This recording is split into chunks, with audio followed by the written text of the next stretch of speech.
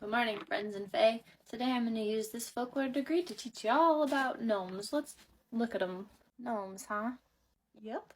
So with gnomes, we're going to get a really fun conflation of two existing things. We're going to take the fae, and then we're also going to take one of the silliest human phenomena that I'm just all about. So this is a common depiction of a Scandinavian troll. Very gnome-like in their appearance in that sort of way, and these are fae.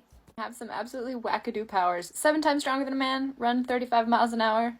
Okay. But I want to focus on on the garden gnome. Did we get our garden gnome from honoring this fae? We didn't. We got it from somewhere more fun and cool and awesome.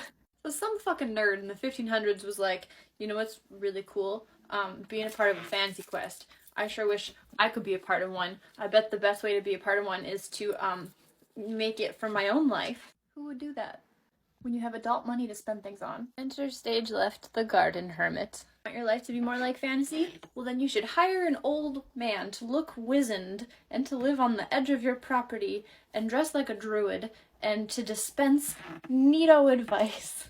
They'd even build their little druid's shack or a cave in the property for this 24/7 kind of LARPing. I'm laughing as if I would not also buy myself a druid if I could. Listen, I get it. This practice went on from the 1500s to like the mid 1800s, and they were getting paid very handsomely, the equivalent in what today's dollars would have been like almost 80K a year. But how'd we get garden gnomes though? Well, like Jim Bob down the street, he has lots of money to do his LARPing, so he hires a real druid. But Sally Joe doesn't have a lot of money, but she wants a druid in her garden as well. And so what's she do? Plop. There it is. There's my druid. It's a gnome.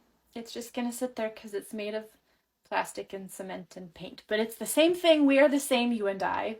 What a fun way to pick up on that trend. So then we have the traveling gnome. Part of why we all understand it to be funny that a gnome is traveling is because it is invented to stay put. Whether you are hiring it to live in the grotto on your property and dispense wisdom, or you put one in your garden, that's where it stays. It's different from the fae gnome, and I would prefer to go into Scandinavian folklore in a different video when I'm doing trolls and that sort of fae to really tackle it. But tell me you wouldn't hire a wizened old man. Actually, maybe I don't want a man on my property. It's been Folklore with Piper. Have a good day.